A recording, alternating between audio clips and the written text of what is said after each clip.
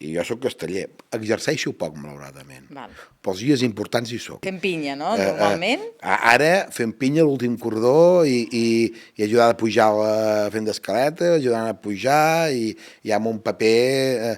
Però jo havia anat molt a sota els castells, havia anat als Forros, als castells de Déu. A Valls, els castells és una cosa de tradició familiar. Val, anava a dir, és que es pot ser de Valls i no ser de cap colla castellera? Es pot ser. Sí, això es pot ser, es pot ser.